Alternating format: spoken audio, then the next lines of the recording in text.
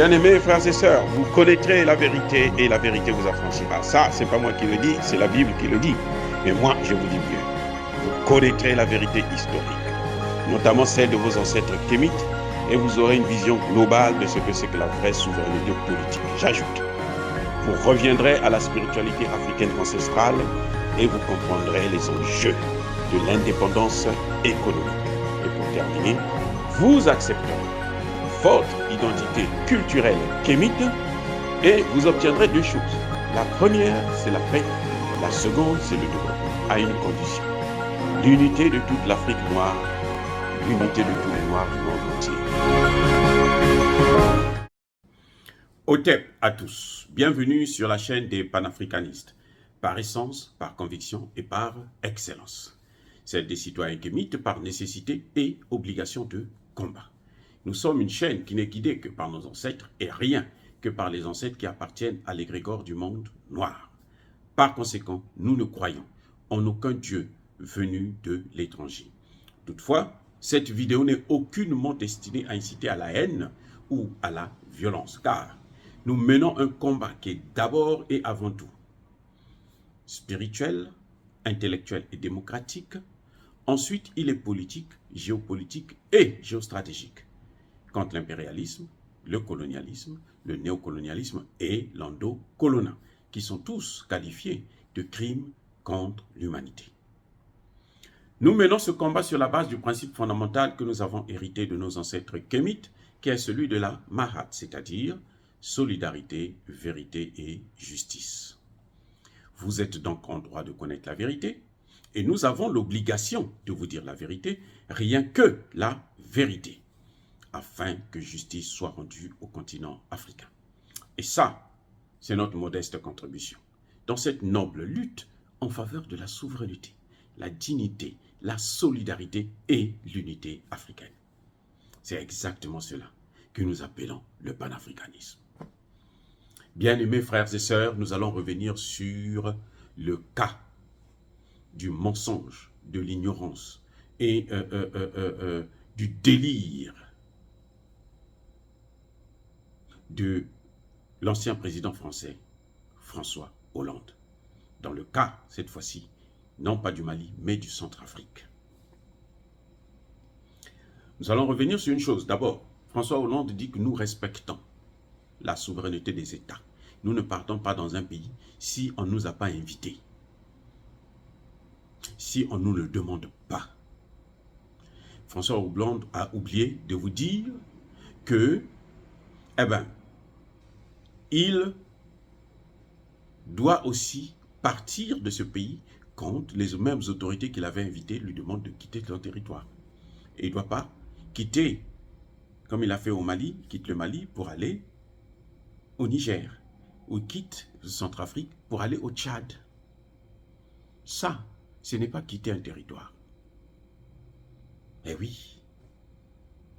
Ça, c'est se placer, sortir par la grande porte et vouloir rentrer par la petite porte. En instituant un système de chaos maîtrisé pour vous permettre, à la France de continuer à rester sur le sol où il a été chassé, expulsé. Donc, la France ne respecte jamais aucune souveraineté. François Hollande veut faire comme les Américains ont toujours fait. Quand ils veulent intervenir dans un pays, ils font que mentir. Les Américains, c'est comme ça. Ils montent, ils créent toute une histoire de toutes pièces. Quand on va savoir la vérité, bon, c'est pas leur problème. Ils ont déjà fait ce qu'ils voulaient faire. Ils ont atteint leur objectif. Donc, au Centrafrique, si lui, il respecte la souveraineté, mais qui les a invités au Centrafrique? Quel est le gouvernement qui les a invités au Centrafrique? Quel est ce gouvernement qui leur a demandé de venir au Centrafrique pour y rester 100 ans? Oui, ça faisait 60 ans qu'ils étaient là. Et ils avaient dit qu'ils étaient là pour 100 ans. Quel est ce gouvernement qui leur avait donné 100 ans de domination du Centrafrique? Aucun. Ils sont venus là dans le cadre de la colonisation, c'est-à-dire le contrôle des ressources humaines et naturelles du Centrafrique. Donc, ils ne respectent aucune souveraineté. Déjà, la présence des bases militaires, ce n'est pas le respect de la souveraineté. Si vous avez une base militaire dans un pays donné, vous ne respectez pas la souveraineté de ce pays. Si un pays n'a pas sa monnaie, il n'a pas de souveraineté monétaire. Ce n'est pas un pays qui est souverain. Alors même que François Hollande, quand il a battu campagne en 2012, il avait décidé de détruire la France-Afrique. Parce que ce n'était pas une bonne façon de coopérer avec des pays amis. C'est un menteur parce qu'il n'a même pas respecté ça. C'est un ignorant parce qu'il ne connaît même pas ce que c'est que la souveraineté d'un État. À partir du moment où ils ont des bases militaires, où ce sont eux qui gèrent la monnaie, ce sont eux qui dictent les prix des matières premières dans ce pays, eh bien, il n'y a pas de souveraineté. Il n'y a pas de souveraineté. Maintenant, le fond du problème que François Hollande a dit lors de son interview sur RFI et France 24 concernant le Centrafrique, le fond spécifique, hein, le cas centrafricain, c'est que François Hollande, au Mali, il a dit que c'était eux, les Maliens, qui les avaient expulsés. Vous savez quoi? Au Centrafrique, là, ce n'est pas les Centrafricains qui avaient demandé aux Français de partir. Eh oui, l'opération Sangaris, c'est François Hollande qui a décidé de les retirer. Écoutez bien, François Hollande a décidé de retirer l'opération Sangaris. Aujourd'hui, il dit non parce qu'il y avait les Nations Unies qui devraient faire le travail et tout machin. Au Mali, là, il y avait les Nations Unies et il y avait la présence des bases militaires françaises. Et maintenant, là, les Français sont en train de tout faire pour revenir au Mali.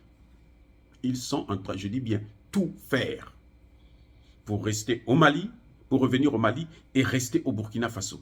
Alors que les gouvernements, ces deux gouvernements les chassent. Au Centrafrique, là, c'est eux qui ont dit non, nous, on s'en va. Parce qu'ils pensaient que quand ils vont partir, le chaos va s'installer et le gouvernement centrafricain, Touadéra, va venir s'agenouiller devant eux pour les supplier de revenir maintenant cette fois-ci pour prendre tout ce qu'ils veulent. Quand ils disent qu'eux, ils ne sont pas venus pour les matières premières, c'est faux. La seule chose qui les guide, là, ce sont les matières premières en Afrique. Eh oui, la seule chose qui les guide, ce sont les matières premières.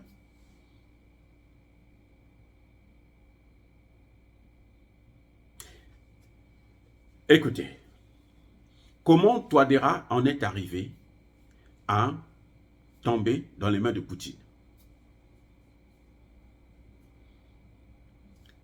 Sangaris s'en va. Ils ont laissé Bozizé et ses hommes pour détruire tout le reste du pays. Écoutez-moi bien. Bozizé et les autres rebelles, ils contrôlent tout le pays, y compris Bangui. Donc Touadéra n'a que une portion de la capitale du Centrafrique qu'il contrôle. Touadéra est coincé de tous les côtés. Touadéra demande, supplie, écoutez bien, Touadéra supplie la France. Parce que la France, entre-temps, avait déjà introduit une résolution au Conseil de sécurité pour mettre le Centrafrique sous embargo, alors que les rebelles sont bien alimentés par la même France. La maudite junte française. C'est elle qui arme les rebelles et les terroristes en Afrique. Il faut le savoir. Vous devrez le savoir, je répète encore. La maudite junte française est celle qui arme les rebelles, les terroristes et les djihadistes en Afrique. Et c'est elle qui a le pen holder, qui rédige des résolutions que le Conseil de sécurité doit voter pour l'Afrique. C'est elle qui a donc décidé de mettre le Centrafrique sous embargo pendant qu'il est attaqué. Le président Touadéra a supplié Emmanuel Macron qui lui donne à peine 3000 armes.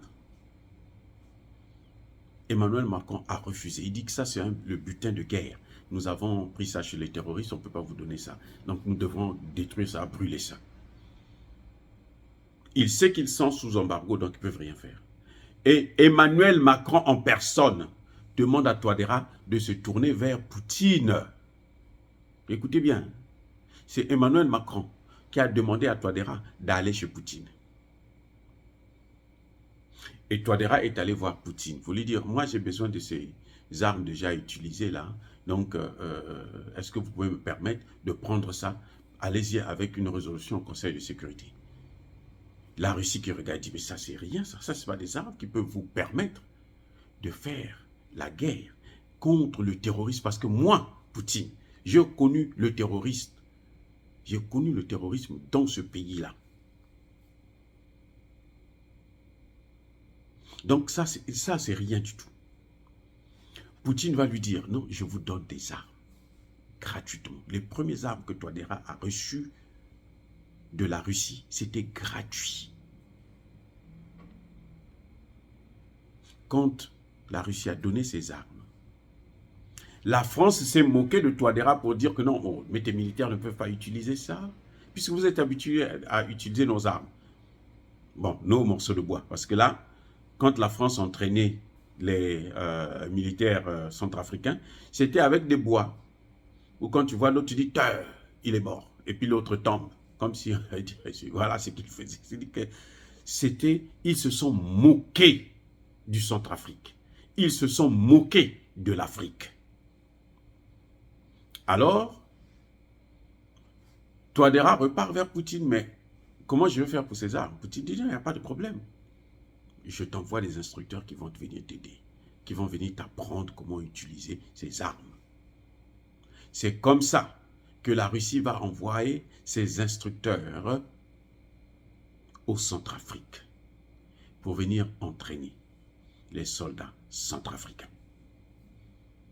Au bout de 3 mois, 6 mois, ils ont repris le contrôle de l'essentiel du pays. Grâce au travail de Poutine. Maintenant, dire que Poutine, c'est le néocolonialiste, c'est incroyable de la part d'un président français. C'est une ignorance qui n'a pas de nom. En tout cas, là, il est sorti complètement. C'est quelqu'un qui n'a plus de tête. C'est une sardine. Eh oui. Parce que la Russie n'a jamais fait du mal à un seul pays africain. Au sortir de la Seconde Guerre mondiale, la Russie a été le premier pays à dire les pays africains, là, ils doivent être maintenant indépendants. Et la Russie s'est battue pour ça, au Conseil de sécurité de l'ONU, jusqu'aux années 1960, lorsque, finalement, il y aura l'unanimité au Conseil de sécurité que, bon, écoutez, on va leur donner un peu de liberté, ces gens-là. La France, l'Angleterre, les États-Unis n'avaient jamais voulu décoloniser. La Russie seule, qui avait commencé à demander la décolonisation depuis 1945, lorsqu'on a créé les institutions de Bretton Woods. Voilà la vérité. Donc, ce n'est pas Touadéra qui s'est levé comme ça, du but en blanc, il se lève, bon, moi, je quitte la France pour aller me tourner vers les Russes. Ce sont les Français qui lui ont demandé d'aller vers les Russes, en pensant que les Russes vont les rejeter, que les Russes sont aussi sadiques et criminels comme eux, ils le sont. Manque de peau pour eux, eh bien, la Russie a reçu Touadéra et l'a assisté. Dire que c'est le néocolonialisme,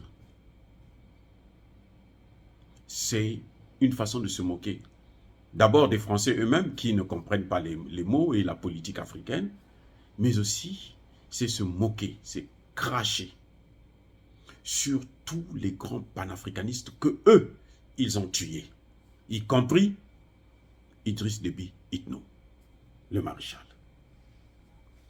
Dire cela, c'est inciter à la haine ou à la violence. Non, non, non, non, non, non. Yaba colère, veya malem. Encore une fois, les amis, je persiste et je signe. Soyez bénis, extrêmement bénis, abondamment bénis par le Dieu des Kémites et par nos ancêtres angélisés. Mais que tous ceux qui persécutent le continent africain, tous ceux qui le déstabilisent, tous ceux qui le pillent, qu'ils soient noirs ou qu'ils soient blancs, qu'ils soient foudroyés, neutralisés, écrasés, punis, maudits par notre Dieu, le Dieu des Kémites, et par nos ancêtres angélisés. Vive l'Afrique éternelle. J'ai dit et j'assume.